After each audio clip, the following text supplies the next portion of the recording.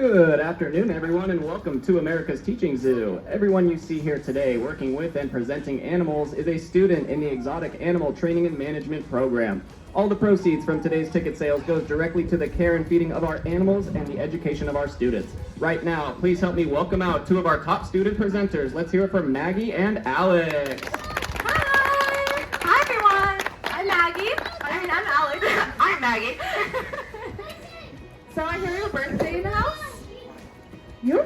Judah and Asher. Happy birthday, guys! Happy birthday, guys. You guys are turning 7. Alright, well, hopefully you guys like our animals today. I think you will. I really like them. So let's check it out. We're going to talk about their superpowers. And what they do for the environment. Really, what is their niche? What's their job in the environment? So our first guest is going to be Kylie. Kylie is a military macaw.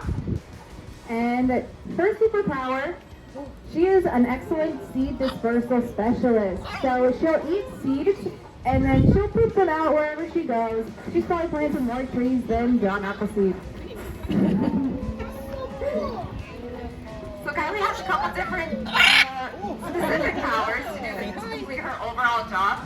Kylie's got a really, really strong beak, and she uses that to crack open all those nuts and seeds that she would find out in the wild. It's actually so strong she could actually snap a broomstick in half with it if she wanted to. Do not want to get your fingers in there. And so Kylie, she's very green, which helps her a lot in her natural habitat, which is also very green. So she's able to hide in plain sight in trees, and that's her camouflage. Yeah, so out here in California, Los Angeles, she really sticks out. But of course, in the rainforest, she blends right in.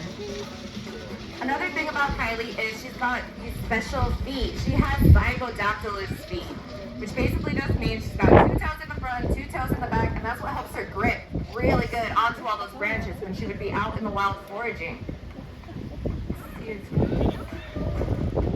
Let's see if we can put those zygodactylus feet to active. Yeah, it's practically Spider-Man, you guys. All right, so go ahead. She uses that strong grip when she's out in the wild to collect all her seeds, like we said. It's really helpful for her. So yeah, that is Kylie, our military macaw. Thank you, Kylie. Thank you, Grant. And we will bring out our next animal. I think our next animal is going to look a little familiar to you guys. This is Polly the opossum. Opossums are actually really, really cool. They are the only marsupial in North America, which means they're the only mammal with a pouch.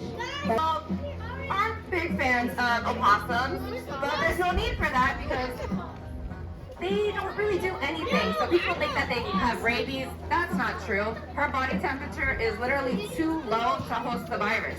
So she literally cannot get rabies. Another thing about her is that she is kind of like a natural pest control. So she eats ticks. Thousands. Like a lot. Like a lot. Like a lot. She'll eat up to like 1,000 in a season. I think it's a little more. Its tail is prehensile, which means it can grip onto things. Now she can't hang upside down like Kylie did, but it does help her balance on branches so she does not fall off trees. No, the possum he did not. She's a little wiggly right now. She's just excited. She's very excited. So another cool thing about Polly and all opossums is that they have the most teeth out of any mammal in North America. They have 50 teeth. We only have 32-ish. Give or take. Give or take. And she uses those to eat small, like lizards and small mammals and fruits, vegetables. She's an omnivore, so she's like a big rat. Love and everything, just like us. Just like us. A big rat. A big rat. Oh, she's so cute. She's very cute. All right, Polly, the opossum. It's time for her to head on home. Thank you so much, Ellie. Thank you, Polly. Thank you, Polly. All right, we're gonna switch gears a little bit. We're gonna switch over to a bird of prey. This is Miles, our turkey vulture.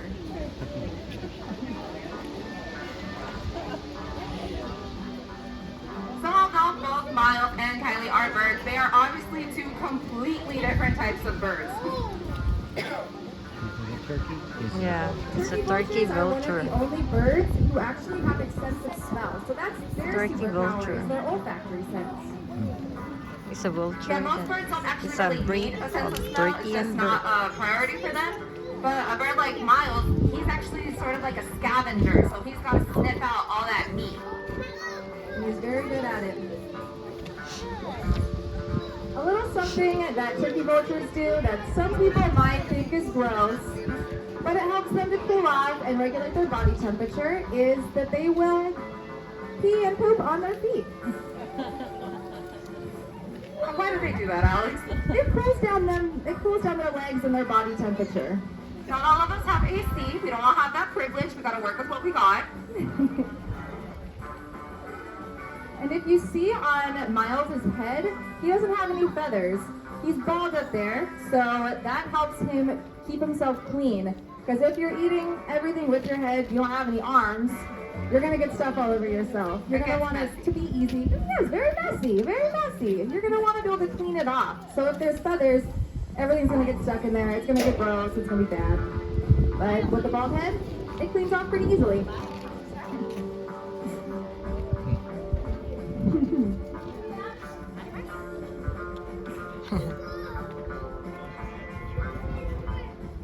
All right. Miles is amazing. He's just a superpower in general. He's great. His superpower is being himself, I think. All right. Thank you so much, Miles. Thank you, Alex. Appreciate you guys. Just gonna run on back. Bye, Miles.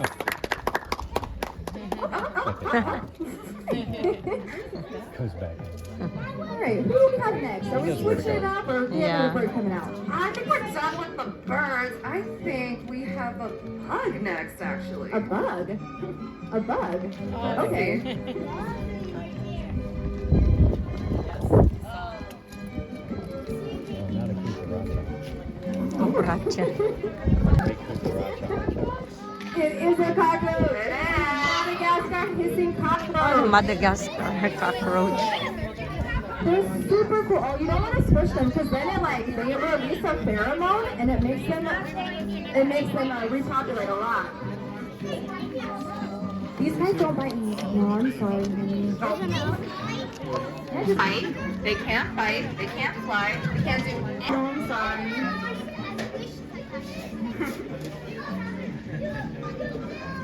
This guy is very active right now.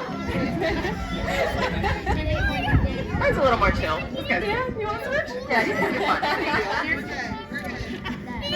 So, cockroaches have an exoskeleton, which protects them for when we accidentally drop them and when they fall from trees. And their legs have little barbs on them, which help them stay in the trees. But every now and again, gravity gets a little strong and they fall down. But their exoskeleton helps. Yeah, this guy's very active. Usually they're more chill, but today not so much. So one of them obviously can't make a lot of noise when they hiss. So these guys hang out with all their friends in big groups of like 10,000. Wow. And then they'll all hiss together and it mimics the sound of a snake because their predators Like typically a rattlesnake. are eaten by snakes.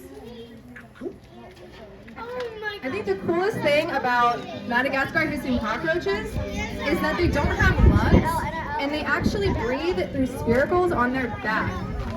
Oh my!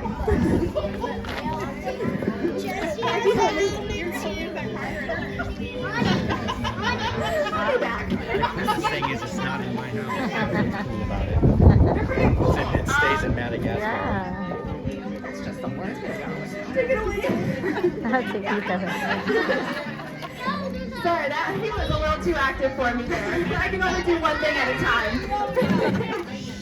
So they breathe through their back through things called spiracles. That's also how they hiss. It's really cool. I think it's super fascinating. I honestly was really scared of these things when I first started this program, but part of the requirements is to hold them. So we all did. I like them. I think they're kind of cute. I definitely got over my fear. I think they're awesome now. Now they're cool.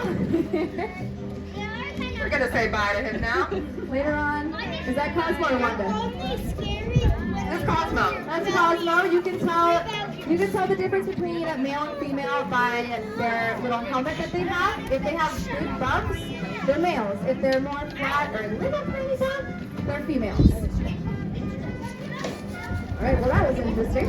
Okay, we know they're not everyone's favorite, but our next guest is Mrs. Little Joe, our leopard tortoise. Tortoises are super cool. So, where do I know? Turtles and tortoises are pretty closely related, but there is one big difference between the two. Well, I guess two big differences. One lives on land, one lives in. Oh, Mr. Speedy, let's see how fast you can go.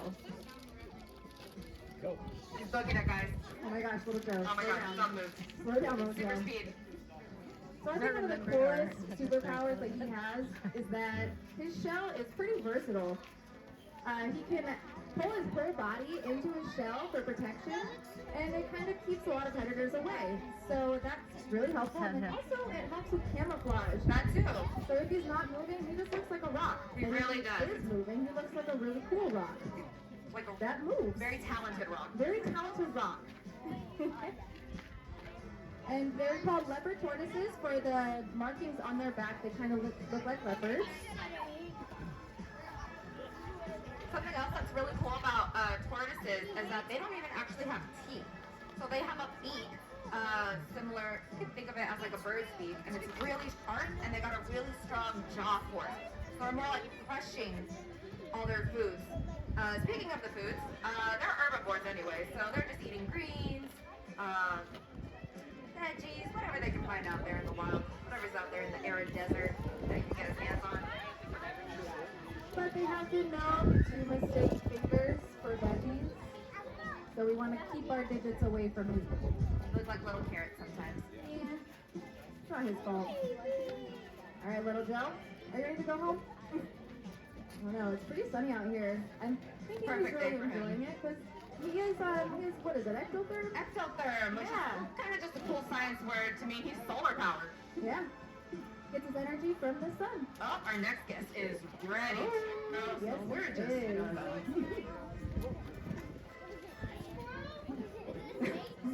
A little bigger than a squirrel. cooler than a squirrel. No cooler than a squirrel. No big truck squirrels around. So this is Tonka, our American badger.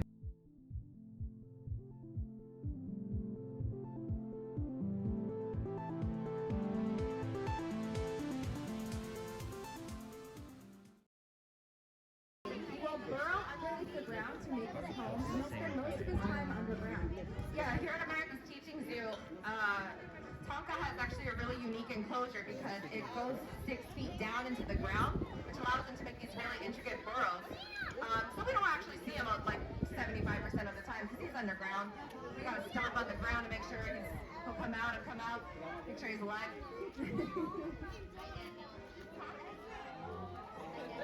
As you can see, he's also super cute. I think that's his main superpower.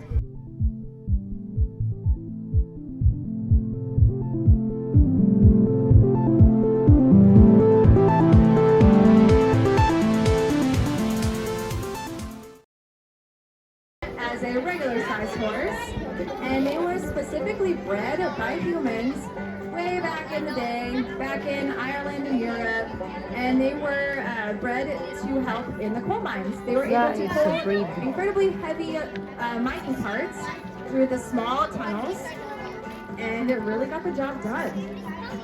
So his superpower is definitely super strength. He was also bred for royalty too because, again, just super cute. Wow. Wow.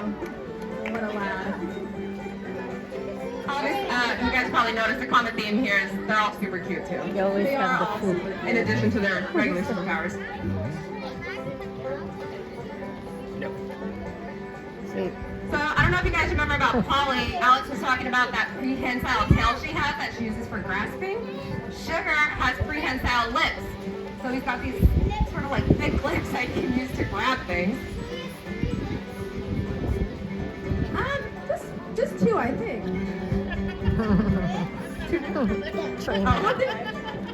They haven't adapted that yet. Maybe in about a million years. I don't know. Oh, it's okay. So the food is just like cheese curls. You are amazing. Cheese pops. Thank you so much, Sugar. Thank you, Brand. You got a little spoon for that line right there. It's very convincing. Yes. What's gonna happen? Our last guest. Ostrich. Close. Birds in the world, but emus are the second largest birds, right after ostriches. Very cool because she shows us just another aspect of birds. There was Kylie the macaw, we had Miles the vulture, and then we have Zuri, this giant dinosaur bird. Yeah, they actually use their footprints for one of the Jurassic movies. And another thing about their feet, they're pretty dangerous. They have a super powerful kick, and those talons, they will ruin your day. They will. I believe it's emus that are the only birds that have calves, Yes, they're the only birds that have muscles. which gives her that super kick. Yeah, and it also helps her run about 35 miles per hour. 35 miles per hour and can take about 10-foot strides. So she can book it, you guys. She won't demonstrate that though. A little bit. Yeah. So ostriches and emus, they can't fly. They are flightless birds. But She does have wings. she does have wings. And a super crazy thing about her wings is that she actually has talons on the end of the wings. They're about probably the length of my pinky. Alright, Zuri's just gonna walk herself out. She's got a mind of her own. All the animals here have free choice. They can come to the show. They can leave when they want. It's up to them. She just came to take a dip and dip. Well,